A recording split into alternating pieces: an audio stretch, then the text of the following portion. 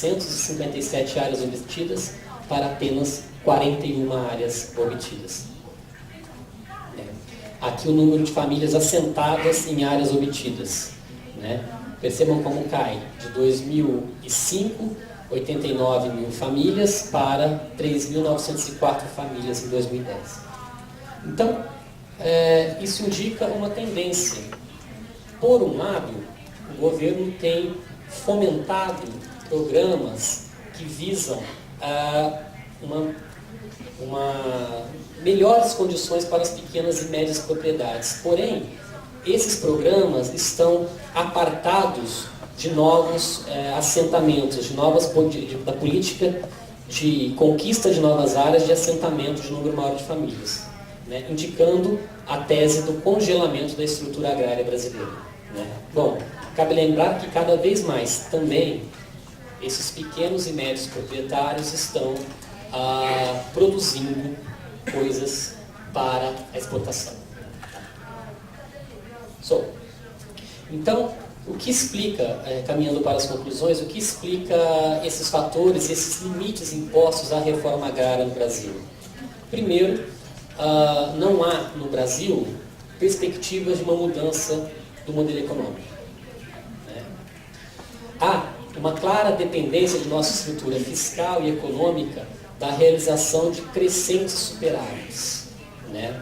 E aí a questão dos superávites é muito importante, porque é a forma que o Brasil encontra de remunerar os altíssimos juros da dívida pública.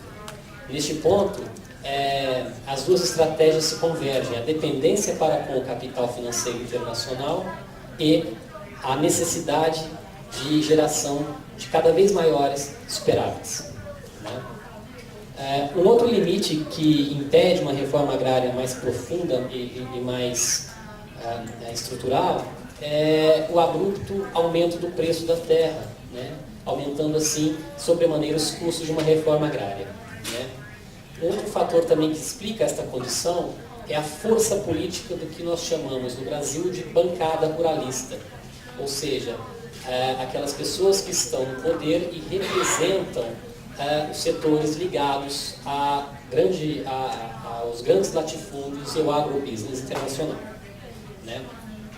Há também no Brasil um outro problema, que é a fraca mobilização da população em torno da questão da reforma agrária, porque hoje no Brasil apenas 15,6% das pessoas estão alocadas em áreas rurais.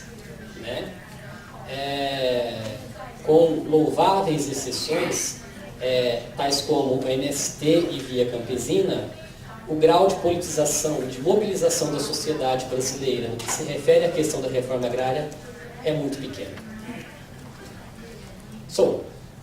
Apesar desse cenário tão adverso, cabe lembrar que nós temos resistências louváveis no Brasil.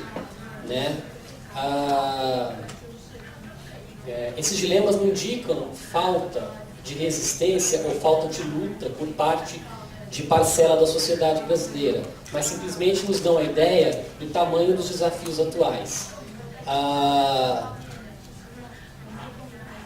Somente em 2010,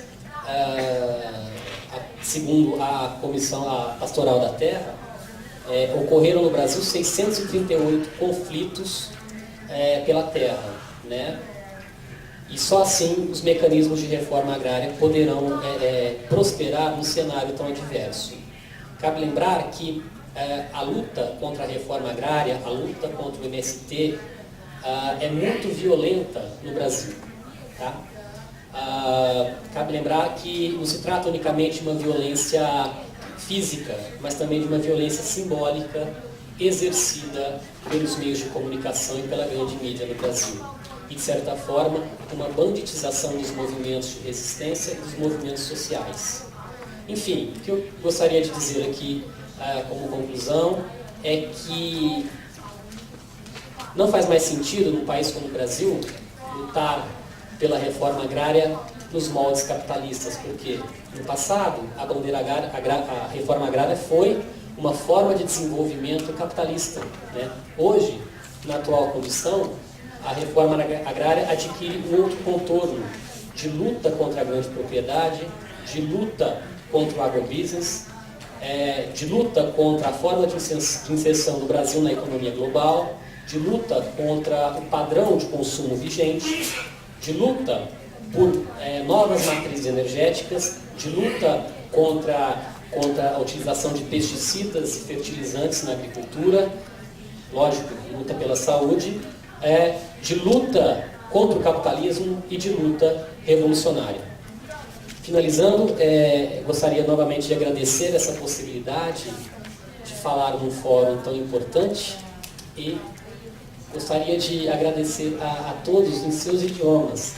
Muito obrigado aos brasileiros. Thank you very much. Merci beaucoup. Muchas gracias e xexen. Okay, thank you for sharing with us the agrarian reform and the way it's being evoluted in Brazil. After hearing three presentations from the countries which focus on agrarian reform, I would like to also invite Remy. We want to talk, maybe looks like something very different, financial crisis and Eurozone crisis.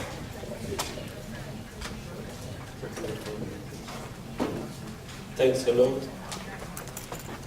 to the organizers, to